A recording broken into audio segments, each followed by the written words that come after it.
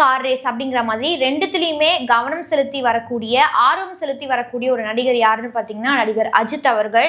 இவரை கௌரவிக்கும் விதமாக அண்மையில பார்த்தீங்கன்னா குடியரசுத் தலைவர் மாளிகையில் நடந்த பத்ம விருதுகள் நிகழ்வுல பத்ம பூஷன் விருதானது குடியரசுத் தலைவர் திரௌபதி முர்மு அவர்கள் நடிகர் அஜித் அவர்களுக்கு வழங்கியிருந்தார். இதனைத் தொடர்ந்து டெல்லியை சார்ந்த ஒரு பிரபல ஊடகத்திற்கு பார்த்தீங்கன்னா தன்னுடைய முதல் பேட்டியை நடிகர் அஜித் அவர்கள் கொடுத்திருந்தாரு. அந்த பேட்டியில நடிகர் விஜய் அவர்களுடைய அரசியல் வருகை குறித்து கேள்வியானது எழுப்பப்பட்டது. அதற்கு அவர் என்ன பதில் சொல்லியிருக்கிறாருன்னு பார்த்தீங்கன்னா, பேசிக்காவே எனக்கு அரசியல் வர்றதுல இன்ட்ரெஸ்ட் கிடையாது, அதற்கு எனக்கு ஆர்வம் கிடையாது.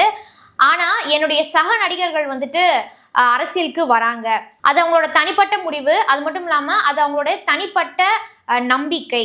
ஆனா ஜனநாயகத்தை பொறுத்த வரைக்கும் ஒரு ஸ்பெஷலான விஷயம் என்னன்னு பார்த்தீங்கன்னா, எத்தனை பேர் அரசியலுக்கு வந்தாலும் கடைசியில தலைவன் யாரு அப்படிங்கிறத முடிவு பண்றது மக்களா தான் இருக்கிறாங்க.